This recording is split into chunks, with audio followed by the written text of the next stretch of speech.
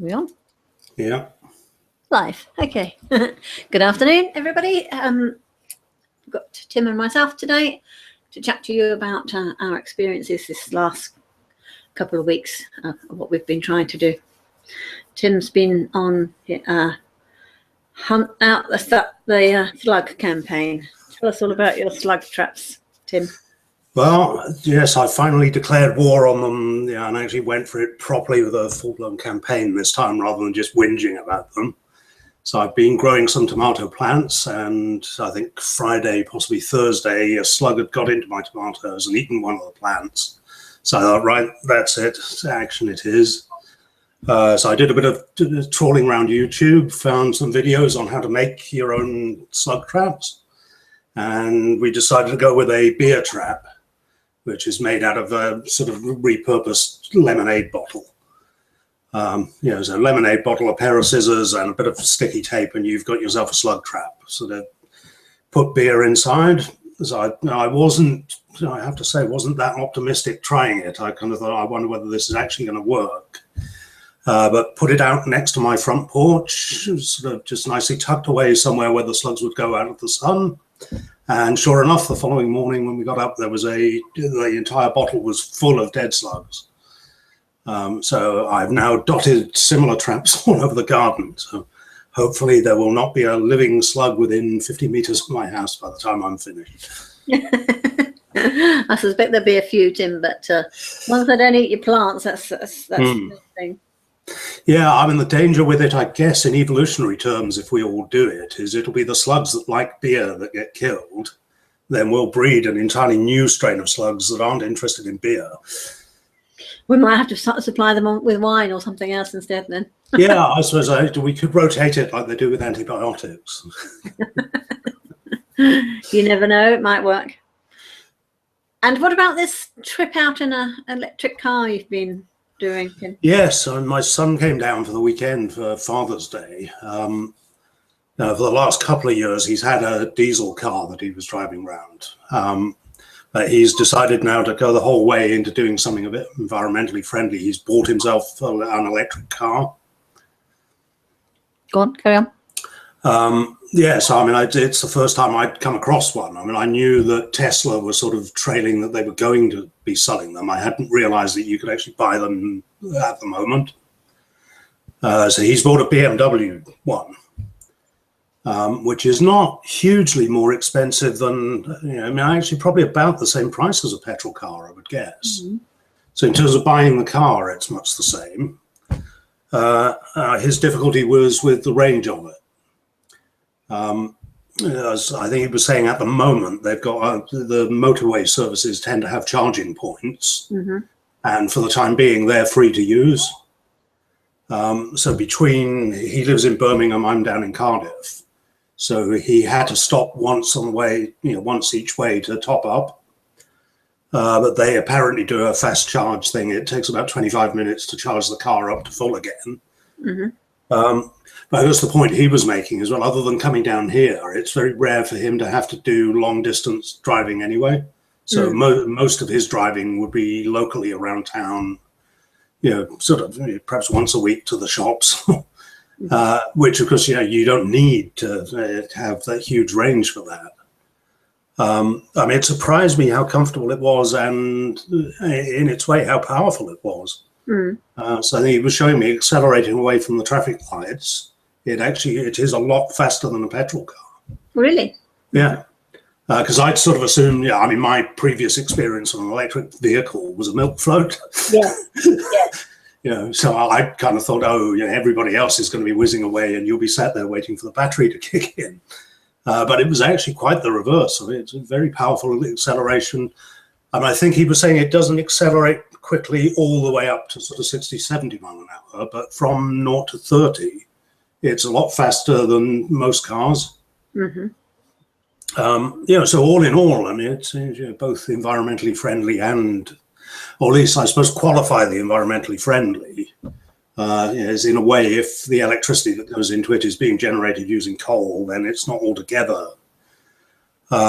I swear, the discussion we had over the course of the weekend as to what we thought the future would be with driving, mm-hmm. I reckon, and I think he agreed, that it's more likely we'll be going down this sort of Uber and Google cars type route, where sort of actually owning a car is likely to become a thing of the past. Certainly in cities now, if you've got Uber operating, you dial up where you want to go on your mobile phone, somebody will be outside your door within 2-3 minutes. So once you add up all of the costs of actually buying a car, paying for the insurance, taxing and MOTing it every year, all of that, the saving of just paying somebody to take you per mile to take you where you need to go starts to make sense. Certainly, if you're not doing a lot of travelling, I guess that's going to be, it probably won't work quite so well if you're using it for business. But obviously, we have to look again at how much we really do need it for business. Personally, because my current job is we do eco-friendly cleaning, so it's pretty hard to clean somebody's house unless you go to it. Yes. You could say you should clean your own house, I guess, but the reality is that it's a skill that it demands a certain amount of equipment. That do we all need to have our own carpet cleaner, our own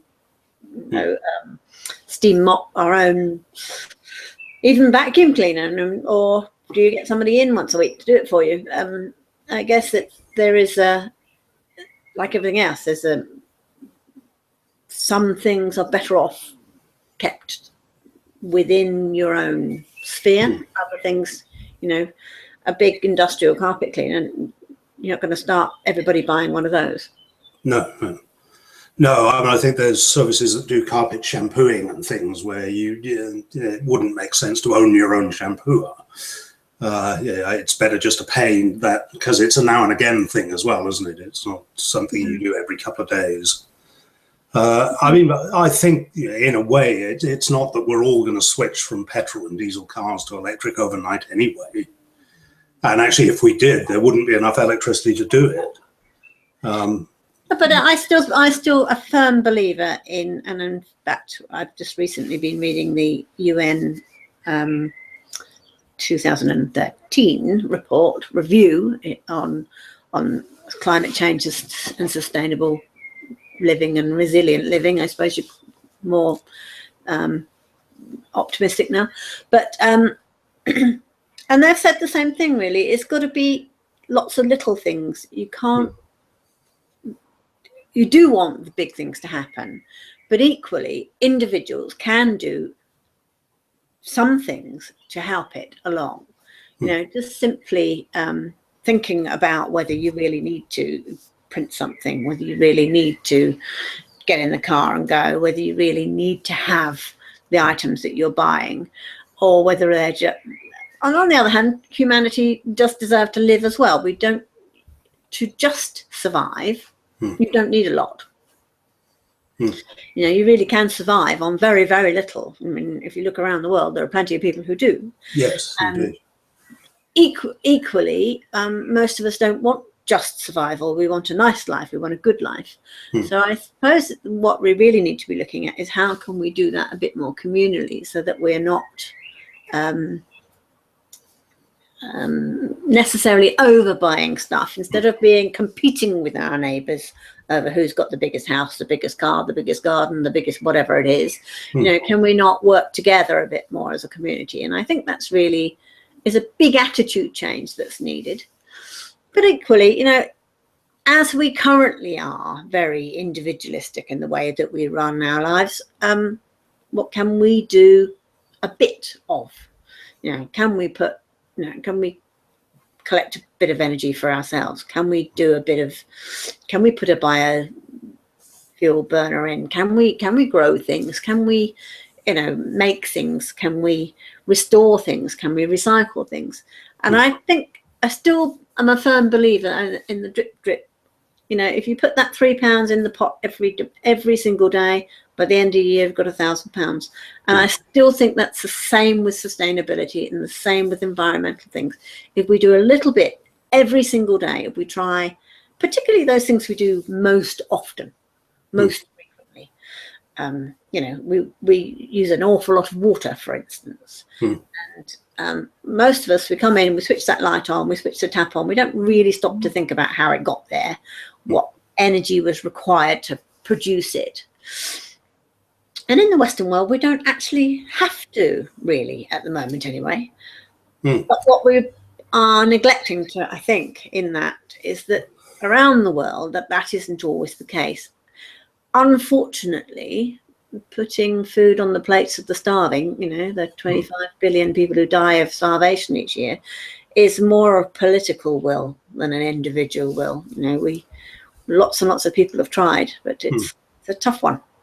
But this is where, I mean, there are graphs online that you'll find this. I don't have a reference straight to it, but there are a lot of studies that show from a very poor position, increasing somebody's income increases their quality of life. But you get to a certain point, I think it's somewhere around £25,000 a year, where it doesn't really matter how much you pile on the extra income and the extra amount of consumption, quality of life from that point on just only barely nudges up. So it's like a diminishing returns thing, that you just get to this point where owning more stuff does no more to make you any happier than you were. And I suppose for a lot of us in Western culture, you actually find the opposite, that we become disconnected from each other and the kind of things that give meaning to life, which is much more to do with the place that you live, the people that you're around, than it is to do with the stuff you own. You know, we lose that. Very, very much so. I had a client who had a very nice house, and she and her husband moved into a huge big property, and she suddenly became terrified of the fact that somebody might break into the place. You know, the gates had to be locked, the house had to be locked. I used to clean for her, and you know, she wanted to lock me in, and you know, didn't really want me to have a key, so I had a back door key, and I was expected to clean around the house. But the only way I could get out was through the kitchen, out the back door, and it was locked, so I'd have to have my key with me.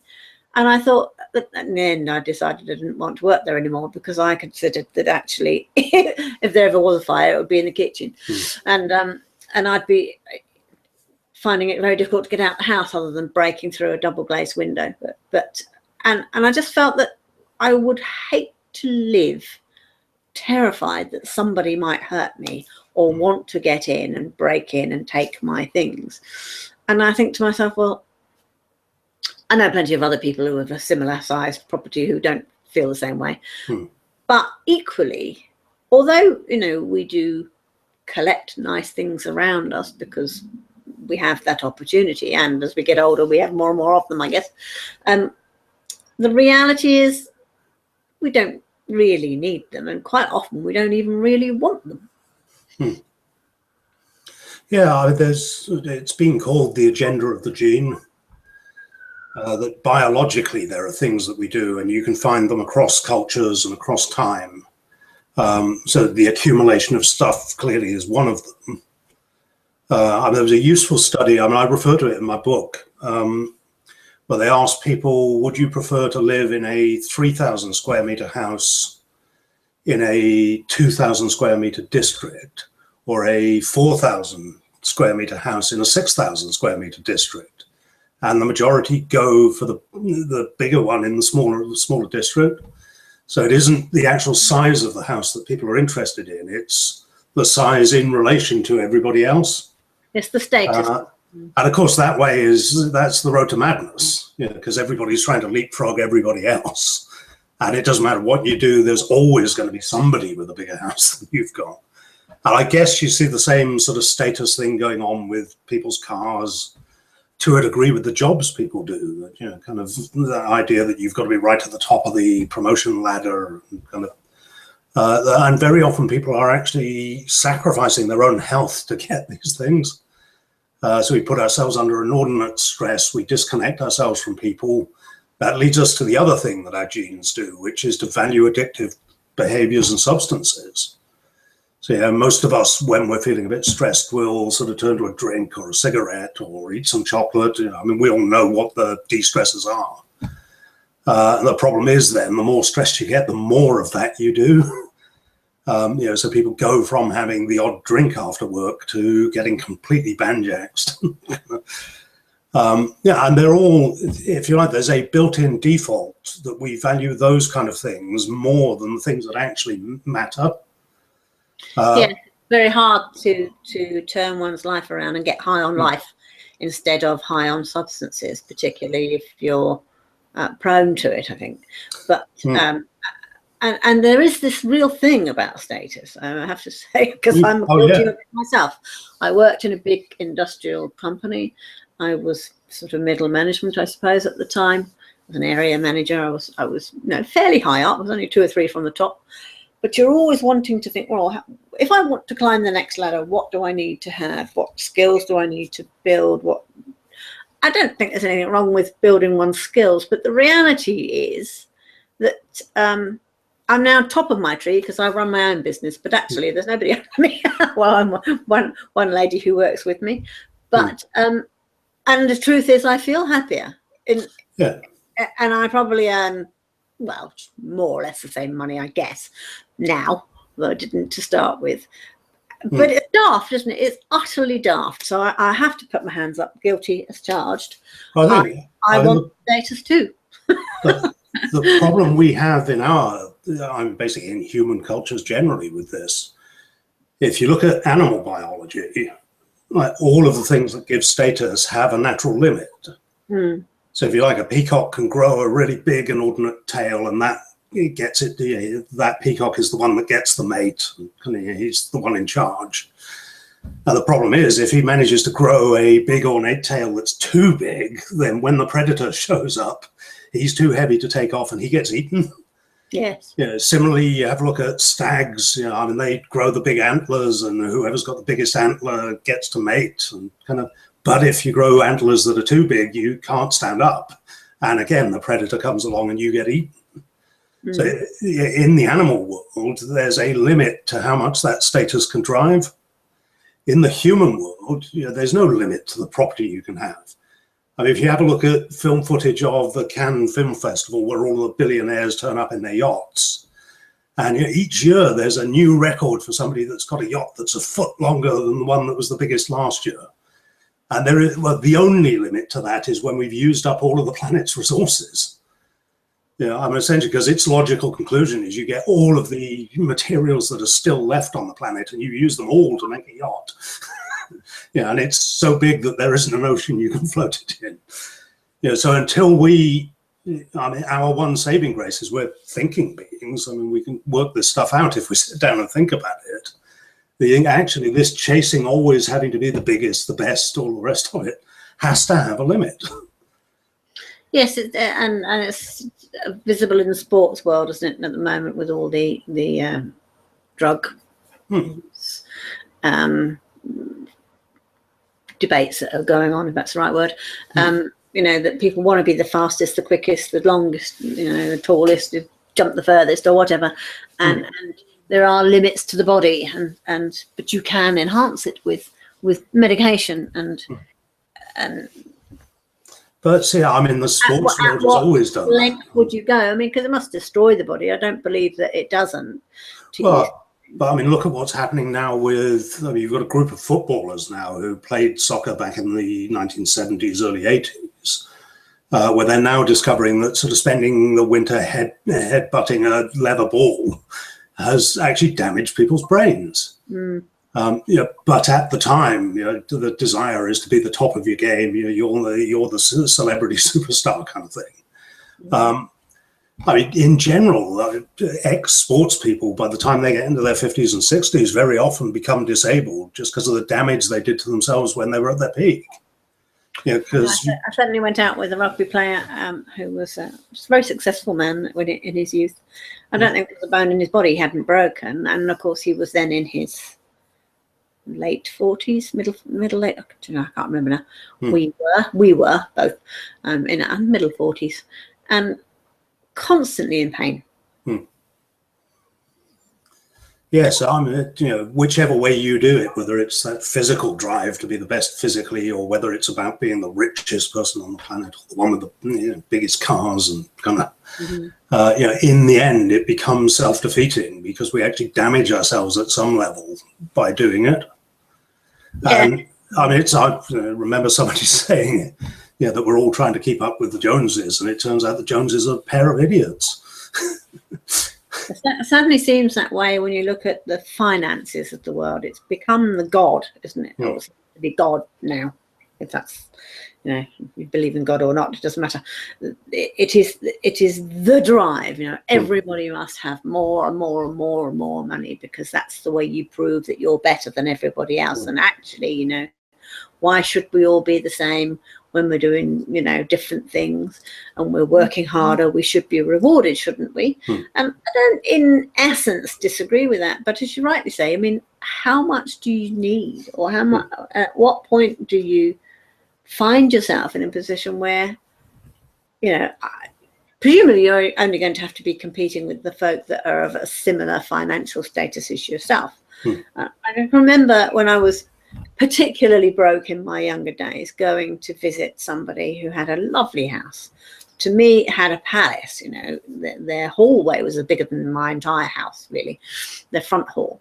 And this person said to me, well, what's your dream house like, Debbie? And I said, well, a rose-covered cottage with lace at the windows. And she said, I suppose that's okay. I'll show you mine. And I could remember thinking, what? How could you possibly want any more than this? There was 2 people living in a 3-bedroom, enormous bedroom house. And she had lovely lounge, huge big kitchen, huge dining room, lovely space outside, which was sort of covered, sort of garden room, if you like, and then a lovely garden. And I thought, how could you possibly want more? And she said, because then we could have more visitors and more guests. And I'm thinking, well, you mean you want to run a free hotel? Yeah. How many people do you want in your house to be running around after and making meals for? And of course, you had cleaners and gardeners and painters and decorators and effectively a staff to help her run this place. And I could remember thinking at the time, well, I suppose because I was in such a broke position, really, at the time. And I thought, gosh, I did want some of those things. I wanted to have security. I wanted to have enough money to know that I could be not constantly worrying about where the food money was coming from and the mortgage money was coming from.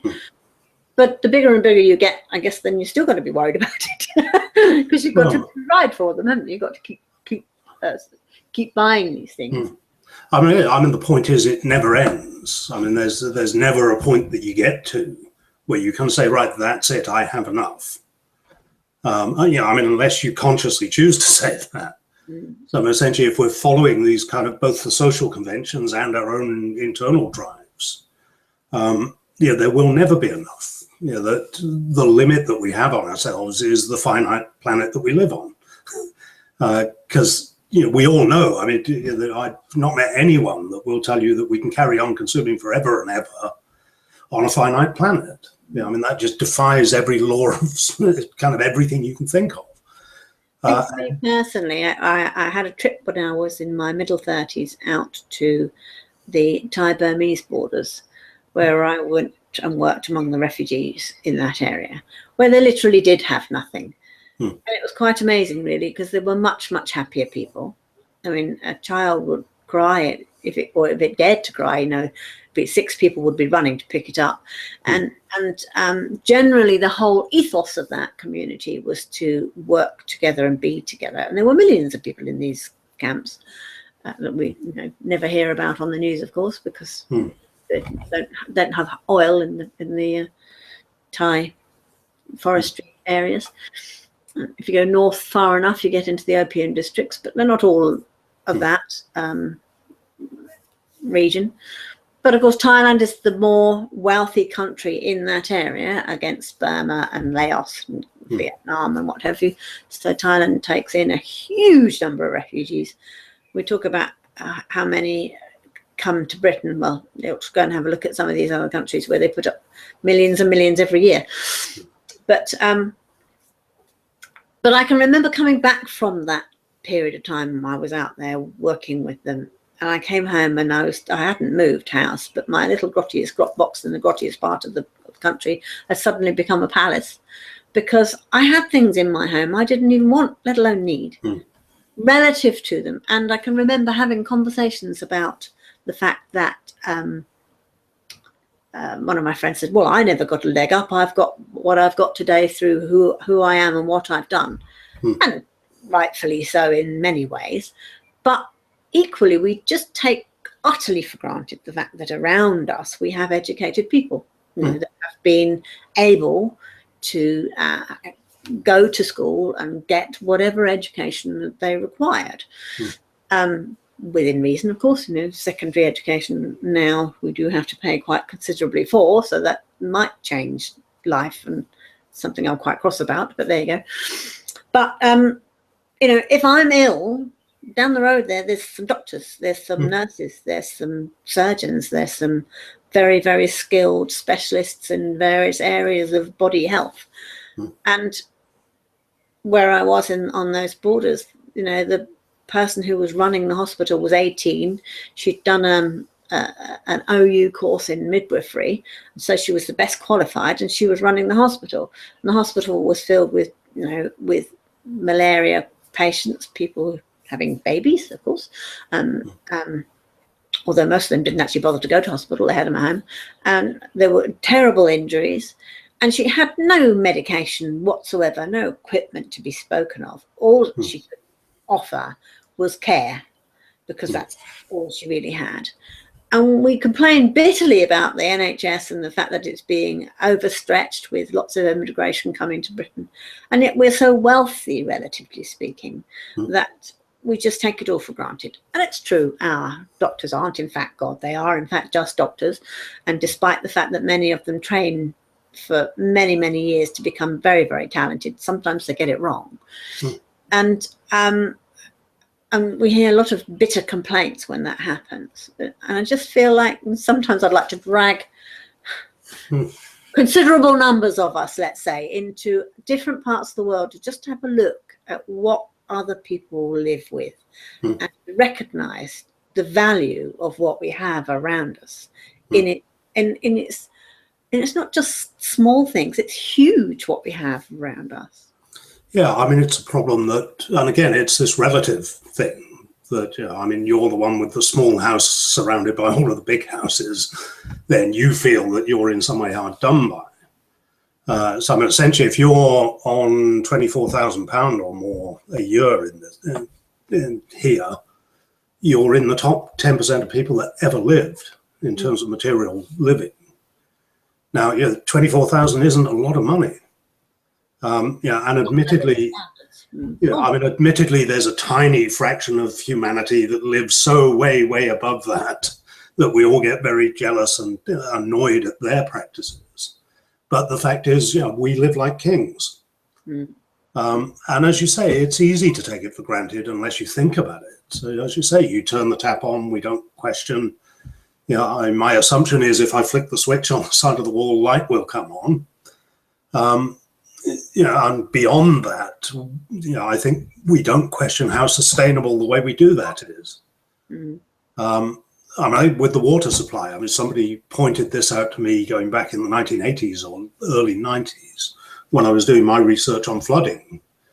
But they pointed out that, well, if you're going to design a water system, you really wouldn't design this one, because we spend a fortune turning all of the water we use up to drinking standard quality. And most of it we use for washing and pooing in, and we flush it all away. So we've spent all of that, you know, and money essentially is only a proxy for wealth and energy. Yeah, it's only the resources we're going to use.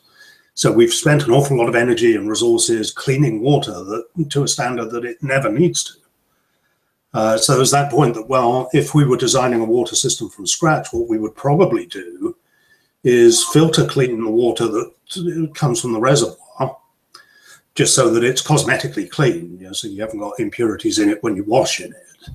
but then we would separately do a much smaller and probably just provide a Bowser or something with drinking water. Because that would be far more sustainable in terms of use of resources and energy than what we do now. I suppose in its way, the same with energy generation, that we've built this really big system that depends on connecting across the country half a dozen really big power generating plants. Whereas what we need to be getting to is far more using it less to start with, but also generating it locally. You know, because I mean, essentially with any grid system, the electricity you generate is going to be siphoned off in the first house first. So the further you are away from, you know, you have to keep generating more and more energy to keep everyone supplied.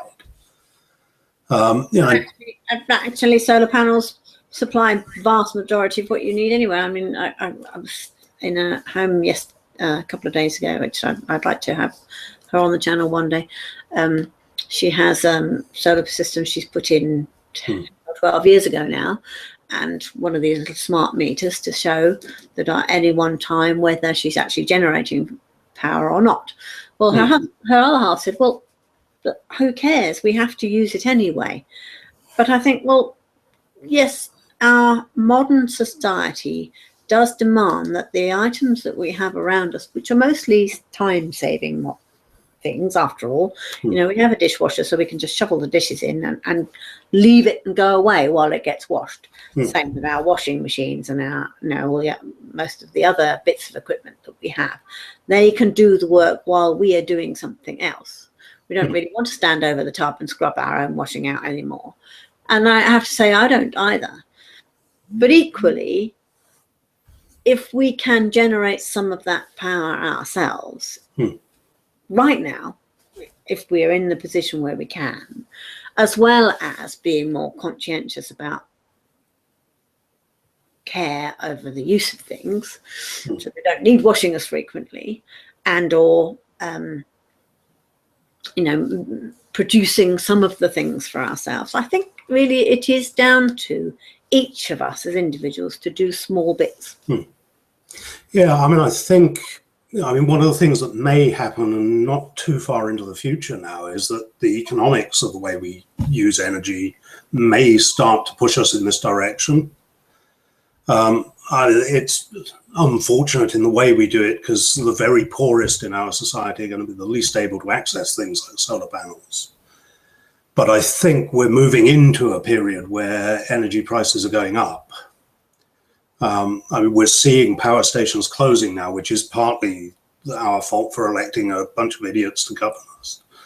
And, you know, whatever your views of which type of energy we should use, the way they scrapped subsidies overnight and created this climate of uncertainty has meant that nobody is happy. I mean, if you look at the coal companies, the oil companies, and the renewable industry, they all hate the government. You know, they're all desperate for God's sake, put a policy in place and stick to it so we know what it is we're planning for. You know, so I mean, okay, by the time that's resolved, I think we're going to have shortages, and shortages in our economy mean price increases. Now, as that starts to happen, I think the drive for saving energy, for being a bit more conscious about how we're using it, starts to become more urgent. I think we'll see it with private motoring. So if you take petrol from, what is it now, about £1.10 a litre?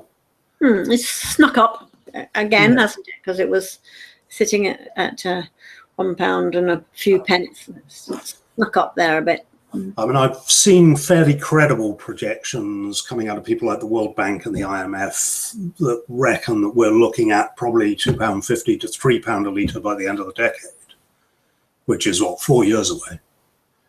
And it could, I mean, if we have a real price spike, it could do that at least temporarily, quite quickly. So you start to ask, well, what are people going to do if petrol goes up to that kind of price? Well, there are workarounds that we'll do, so we can start car sharing, and, you know, I mean, actually we'll use public transport if we haven't got to take the car, and we'll restrict the journeys we make to the ones that are necessary rather than sort of luxury. But there comes a point where you just the cost of running the car becomes more than it's worth. So essentially, if you're using a car to commute to a job that doesn't pay you enough to run the car, then sooner or later you're going to find a job closer to home that pays a bit less, but you haven't got to drive. Yes. So those kind of economic drivers, in a way, it's we're in this race with climate change, where we know we've got to stop burning the fossil carbons, but we're going to keep doing it anyway. So we could actually start to give them up by choice and consciously plan how we do it, or far more likely, we'll just let price drivers determine what we do. But then, of course, us in the West, and even the brokest of us in the West, can buy our way out of this problem in some form or other, generally speaking. But there are parts of the world who are really, really struggling right now, and we just don't hear about them, do we? Well, I mean, part of the problem is we're nicking their fossil fuels. Yes. I mean, if you look at what was said in the Paris agreements, which I don't think for 1 minute anybody's actually going to do. I mean, they'll pay lip service to it. But what it said is the remaining fossil fuels on the planet have to go to developing countries. Because basically, we've done our fossil fuels, we've developed our economies. Essentially, by stopping them from using the remaining carbon, you're preventing them from developing a decent standard of living. Mm. So what those agreements are saying is, well, right, Europe, America, Japan, stop doing it. Get onto renewables, just get off fossil carbon.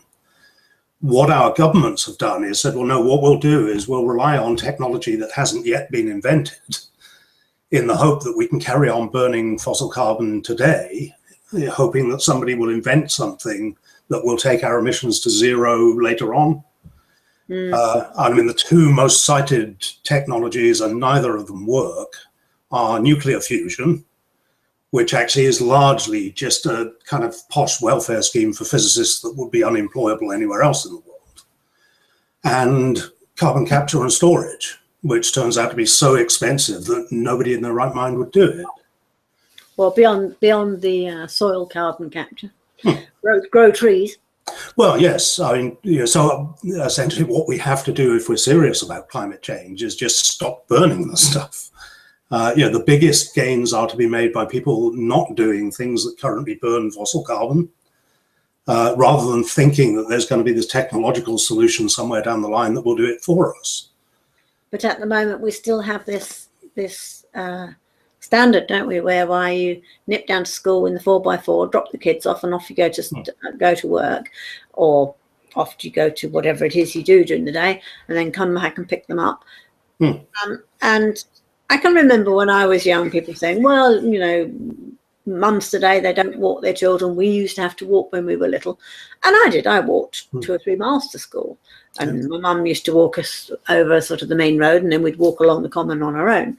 But the reality is I took my children to school in the car because that was the only way I could get them there, go off to work, earn a living, and come back again. The pressure to earn, to buy housing, to provide for your family is much higher. And I notice now in around the close where I live, there are young folk in their middle 30s and even coming up to their 40s still living at home with mum and dad because they can't afford to buy a property of their own. And I think crises are coming. If they're not here already, they must be close. Yeah, I mean, we can't do that. Ultimately, it's a pyramid scheme where there's nobody on the bottom layer of the pyramid to keep it going. Because I mean, house prices for at least the last 40 years have been driven by who can borrow the most money. The houses themselves haven't changed. And if you go back to when I left school, somebody on an ordinary working wage, just one wage, had sufficient to raise a family and own a house. Yes. Fast forward to today, you can have 2 people on a graduate kind of professional wage or professional salary, and they're still not even able to afford the rent on a property, let alone put aside a deposit to buy one. So it's a measure of how far house prices have gone up, and in a sense, how far living standards have gone down. So that you get to a position now where people are relying on housing to keep getting worth more. So you get this thing with the Daily Mail telling you about the effects of everything on house prices. So we're all very fixated on that, but we're actually preventing the next layer of people coming in. Now, I guess longer term, it'll resolve once the baby boomers have died. because there's a gap in the population coming then, so you can't maintain high house prices beyond that. So one way or another, house prices are coming down. I mean, so I say it doesn't matter what the politicians or the economists do, they are going to come down. But they only ever were about borrowing money into existence. So that's obviously the way in which we prop up our economics. But yes, bit pessimistic, isn't it? What can we do to make things better? What have you done, Tim? In your what do I do?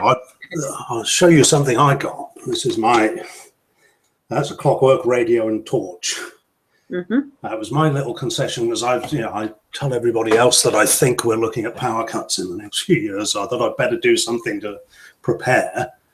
The very last thing you should be doing to prepare if you're worried about power cuts is get candles. Because I think everywhere that they've ever had power cuts where people have used candles for lighting, they've ended up with twice the number of house fires. So if you don't want to set fire to your house, the useful thing with that is, that's my radio now. I listen to the radio on the news in the morning on that. Whereas prior to that, I would have got one that you had to plug in and use electricity to run. So I don't claim that that's going to solve climate change, but it's just that little bit less energy that I otherwise would be using.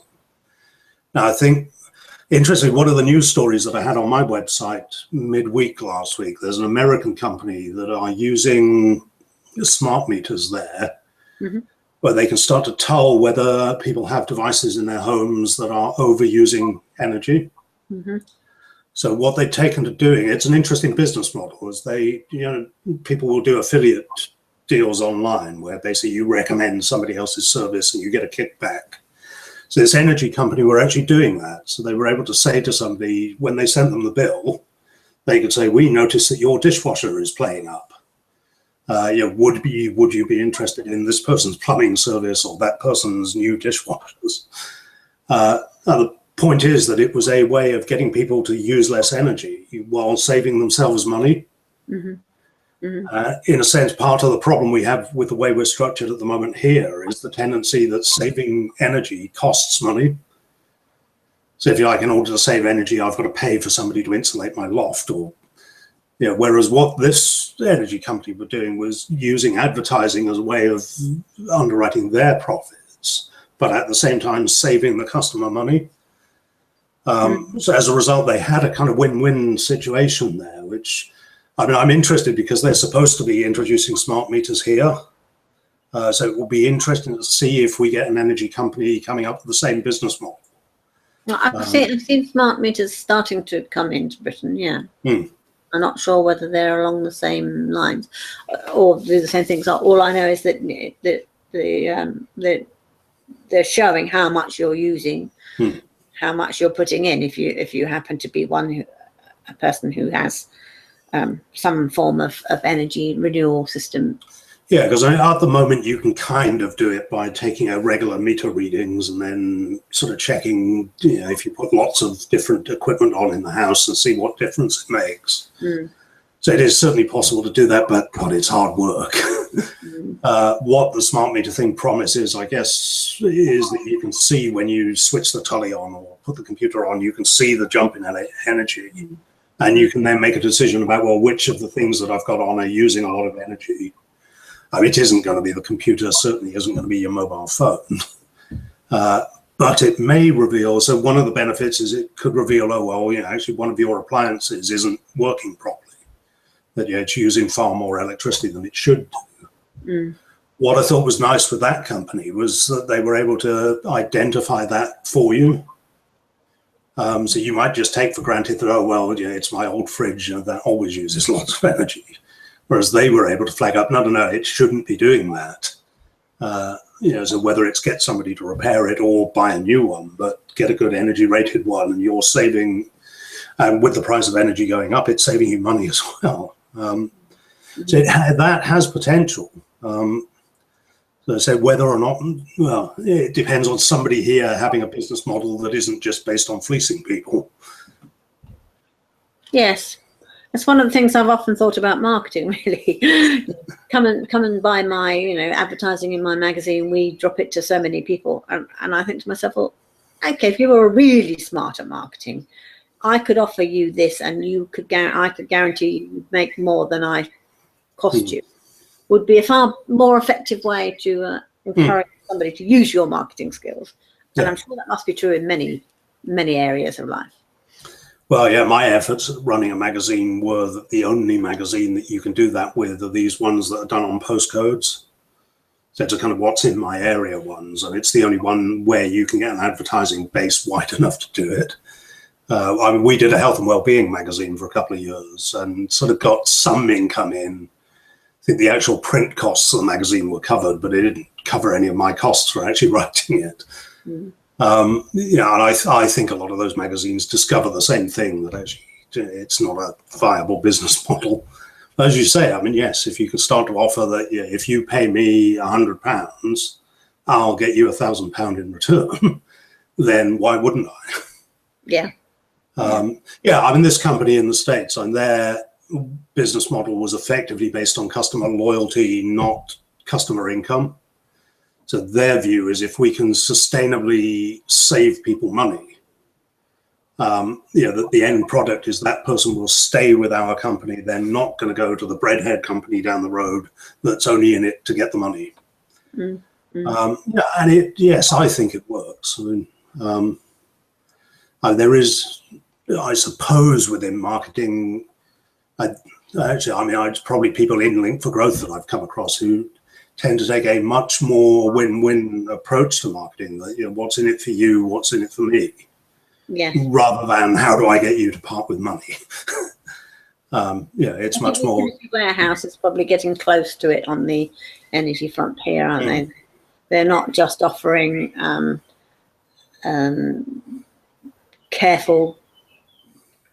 carefully selected users to provide you with, electricity and gas and phones cheaper, but they're now offering, free LEDs that last your lifetime, and various means by which you can purchase items and get cash back, which will knock out your bill if you buy significant amounts of stuff. I think probably works best if you happen to be in a business where you need to buy a lot of things. But nonetheless, it's getting close, and it's better than the so-called loyalty cash cards that most of the big companies offer. Well, I think my energy company doesn't even offer that. They just offer a bill every 3 months. And generally when energy prices go up on the markets, my bill goes up overnight. And when energy prices come down, I have to wait 2 years for their bills to come down. That seems to be the deal. That said, I mean, another piece of news that I picked up in the week was Ofgem, who are the regulators for the energy industry, are panicking over basically when people pay for energy on a direct debit. We tend to pay in it's not in arrears, it's in credit. And they were saying that very often people can be up to £1,000 in credit with an energy company at different times of the year. Now, part of their worry is, well, what do we do if, where you've got these new companies coming in now, a lot of them selling renewables, where the incentive at the moment to get customer share is to offer ridiculously low prices. So their fear is, well, what if you sign a load of people up on direct debits? So we've all paid 2 months or 3 months worth in advance, and then that company can't fulfill its promise and it goes bust. And what they've come up with, and again, I guess with the referendum on, it's a good time to bury bad news. The proposal they came up with is, we'll add the costs onto everybody else's bill. Oh, very nice too. So essentially what they're saying is, well, somebody who's put money up front to get the cheapest possible deal, an unrealistically cheap deal, with an energy company that doesn't really know what it's doing, is going to be bailed out by people who are already paying more, for a company that's actually got at least a model that works. Of course, they sneaked that one out, was it early last week, sort of while all the referendum campaigning was all over the news, so nobody noticed. But it's another of their consultations that they've been sort of trying to put out and claim that they've done it publicly without anyone noticing. Yeah, and yes, anyone that's concerned should be actually writing to them and saying, no, yeah, that's just not on. You make the shareholders or the owners of the company liable if they take people's money off them and then fail to deliver. That's their responsibility, not the customers of other companies. Absolutely. Yeah, and I mean, it's interesting. There's a perversity about Ofgem with their view of this, that, all energy has to be paid for by the customers, whatever. I mean, they've already got us on the hook for declining.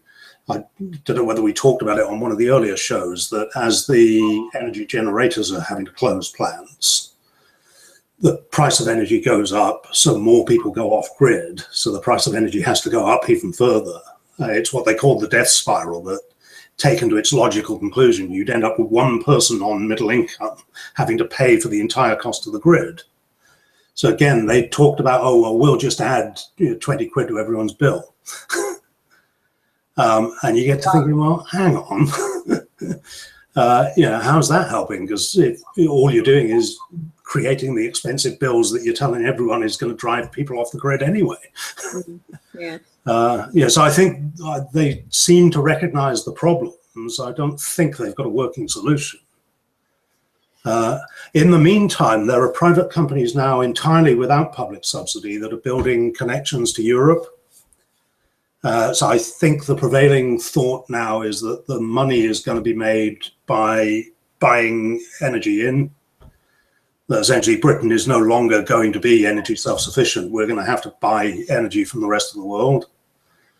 And I fear the fact that you've got private companies doing this without any subsidies or there's no government involvement, tells you that they're rubbing their hands together. They're waiting for the day when our lights go out.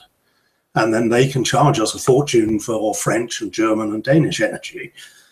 And if the lights go out, we'll have no choice other than to buy it. Right. Buy our way out of trouble yet again, and regardless of the fact that their energy is not necessarily any better produced than our own. Well, I mean, there's two countries that have done the right thing, I think, or as right a thing as you can do. They're both in the news in recent weeks. One is Saudi Arabia, the other is Norway. What they've said is, look, we're going to power our domestic economies entirely on renewables. Now, Saudi Arabia didn't do that because they've suddenly decided that burning fossil fuels is a bad thing. Why they've done it is because they know that the remaining oil they've got left is harder to get hold of and it's expensive to get hold of. So they're looking at the world situation and saying, well, actually, there's going to be a shortage of oil for export.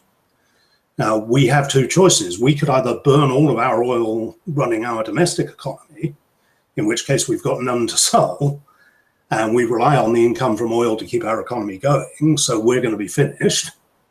Or we make our domestic economy run on renewables so that the remaining oil can be sold to the rest of the world.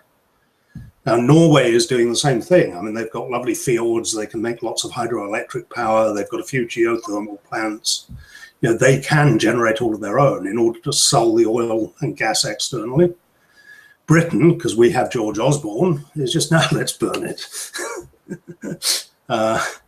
So whereas Saudi Arabia and Norway will keep their oil going for as long as they can, I fear Britain is going to end up just without any oil, without any gas, and having to go cap in hand to the rest of the world on whatever terms the rest of the world wants.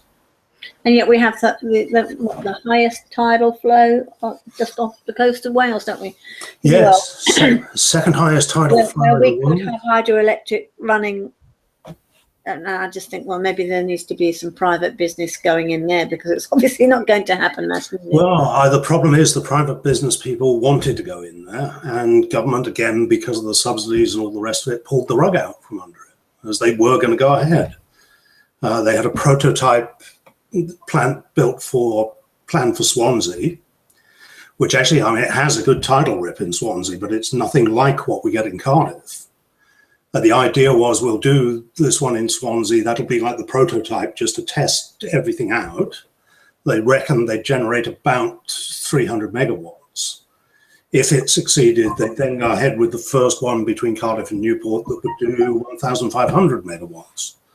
Now that would replace the coal-fired power station down the coast that's closing next year. and it's exactly what we should be doing. I mean, you take advantage of what you have available to you. In a way, solar here is slightly problematic because in the winter you don't get much energy out of it. It's fine this time of year, and people that have solar panels can probably run most of their equipment without having to bring in from the grid. But late December, if you're relying on your solar panels, that's the best you're going to do is have one little LED light bulb going. Whereas, I mean, the 7 estuary tides are predictable. We know exactly down to the last minute what time the tide turns. So then yes, there's a bit of intermittency while the tide changes, but essentially you can pretty much predict your output at any time of day, any time of year. I think they have timetables that run out to the end of the century. So why did they stop? What happened? Why did they stop going ahead with producing them? My view, and this is speculatively, is I think the government is having problems. It's what they call a capital formation problem. That I think it's becoming increasingly difficult for governments and the private sector to borrow new money. So I think the business plan was there. I think if government had just put money in as a subsidy, they could have done it. But I think the way they're doing it is sort of forcing people to go to the banks to try to get money from the banks. The banks don't want to lend. Everything is very short term. I mean, the banks will lend for something that pays off in 6 months' time. When you're looking at a tidal lagoon, it's put the money in now, and 15, 20, 25 years from now, you'll get your money back, and nobody is interested. No different to a mortgage, really, though, is it? Well, but it's one of these classic things that years ago you'd have just said to the government, look, just take it out of taxes. We need to do it. Just, put your hand in everybody else's pocket, take a couple of quid off everyone and pay for it. And then make it a public thing, make it a public service. Or if it's going to be in partnership with the private sector, well, split the difference. But the problem we've got is if we don't do these sort of things, we're going to end up so short of energy that our economy is going to struggle. Hinkley Point is, government seems to be holding out on that. I mean, even the company that's supposed to be building it doesn't want to do it. And we're relying on that to generate, I think, about 20% of our energy when it's built. So, okay, if we're not getting the energy from that, where is it going to come from? I mean, we've got this myth that we're going to frack the English countryside to get gas out of the ground. I mean, the more you look at what the geologists say you have to do to achieve that, where they're saying in a small area you'd need several thousand wells to be able to get the gas out of the ground. So you think, well, where in England have you got space to put thousands of wells? You might do the odd one or two. Absolutely crazy. Anyway, it's to me that the idea of putting more energy in to get out the other end seems to be beyond belief. Well, and nobody knows for sure whether there's anything there. And there are several quite well-respected geologists that know about British geology that say that it isn't. It's not that there isn't carbon-bearing shale deep under the ground. I mean, yes, everyone knows that's there. Whether or not you can actually drill it and frack it in a way that gets any gas out of the ground after you've done so is actually much more debatable. Britain is full of lots of folds and small fractures and stuff that actually prevent fracking from working. In the end, I think fracking is pretty much another pyramid scheme, actually, where it's about selling, buy shares in something that's never going to work. But once we've sold the shares, we can go bankrupt, and who cares? I think we see this with the various business people that have been in front of the Parliament over the last week, where they have a different attitude to the rest of us, and they have no problem with just setting up an enterprise, taking all of the money out, going bust, and letting somebody else pick up the pieces.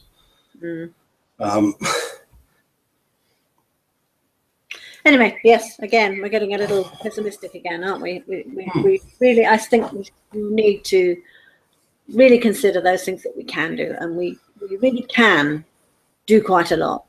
We can save energy.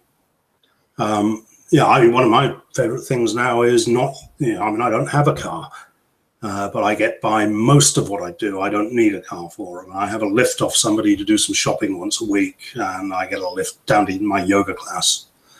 The rest of the time, I'm quite happy to walk and cycle. And it saves you a hell of a lot of money. Yeah, among other, I mean, you get to be a bit fitter than you otherwise would be. You save a bit of money. You actually see people. You know, you don't get to stop and talk to people when you're driving. You get to stop and talk to people when you walk. You do, yes. So yeah, I mean, there are 101 things that we can all do. None of them in and of themselves solves our problems, but each of them makes its contribution. Yes, I would say one of my huge disappointments this last few weeks, I think I mentioned last week, was there seems to be a greater and greater propensity for putting in plastic grass and plastic plants in your garden, so you don't have to cut the grass and you don't have to put some effort in. When, as a beekeeper, I find that very disturbing. Yes. Last few weeks, I've been trying to increase my bee numbers because, unfortunately, I lost a lot to wasps last autumn, and we took off a few virgin queens. One of my hives, unfortunately, was trying to split it. I wanted it to grow bigger and bigger and bigger until it was thinking about swarming, and then to split it into two. Unfortunately, she got there just before me and they did swarm. So I lost them. So I was quite devastated by that. However, she has left 4 potential queens behind. So I took 3 away and put them into small apideas. So in other words, I want to try and rear all of those queens, because if I left them in the hive, the first one out would kill the others. Or alternatively, they would swarm again and again until there was a minute little hive left, which may or may not make it through. Whereby if I take the queens off and rear them individually, I'm hoping that I will grow 4 new hives from my tiny little queens. And it doesn't always work. It's quite tough to make it work. You have to really, really care for the queens very, very carefully to get them through. However, I think my first year was rather unsuccessful. I think I managed to get 1 in 5 to work, but we're hoping that now I've got a little bit more experience, I might be able to do that a bit better. Yeah, well, yeah, I mean, it's that again. If we all do our little bit, then kind of. Yes, I mean, I'm not about to start doing bees myself. That's a step too far for me. There is somebody in Cardiff that goes around looking for people that have somewhere where they can locate a hive. Now, I don't have their contacts, but I mean, that I thought was a good idea. I've seen that done elsewhere. From my own perspective, I find that quite an odd one, because you have to keep an eye on those hives and look after them every week. So if you've got them dotted around all over the place, there's a lot of traveling about to all those individual places to do it. Unless you can, when you get there, get people who are prepared to have bees on their ground, interested enough to maybe think about taking it up. Yeah, I mean, I would have thought you've got to be leaning that way to actually agree to have them there. Quite possibly, yes, because it's as I've had bees on other people's property, and sometimes people think it might be a good idea, and then when they're there, they decide that perhaps they don't like it quite so much as they thought they might, because if they find it, they're too close to them, and they find it disturbing. And unless you really understand bees and therefore can walk among them without being frightened of them, because you know what they're doing and how they're reacting, it's a bit like any other wild creature. You've got to understand them well to be confident among them. Yeah. But yeah, it doesn't always work out. But yeah, good for them, and hope it works for them. Yeah. My little bit is to try and rear lots of bees, to keep the garden, to grow stuff, to look.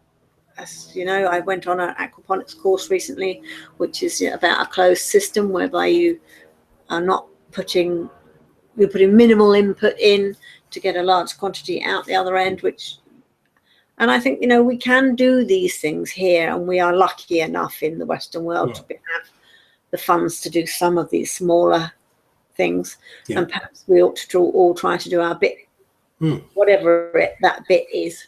Well, even if it's turning the tap on and off when you're brushing your teeth, rather than just leaving it running. And restoring clothing, maybe. One of my friends is teaching people how to sew, and reusing clothes instead of just chucking them away. If you've got something with a hole in, you can throw it out, or you can convert it into something else. Yeah, use it as a duster. Or cut the legs off your trousers and turn them into shorts, or whatever. Yeah, yeah. Yes, I mean, it all saves that little bit and it all adds up. I believe it does, and I firmly do believe little and often is the way forward. Right, I think we probably had our time, have we? Just about. I can't quite see what time is. Yeah, just about. But so it's good to talk to you again, Tim. And yeah, okay.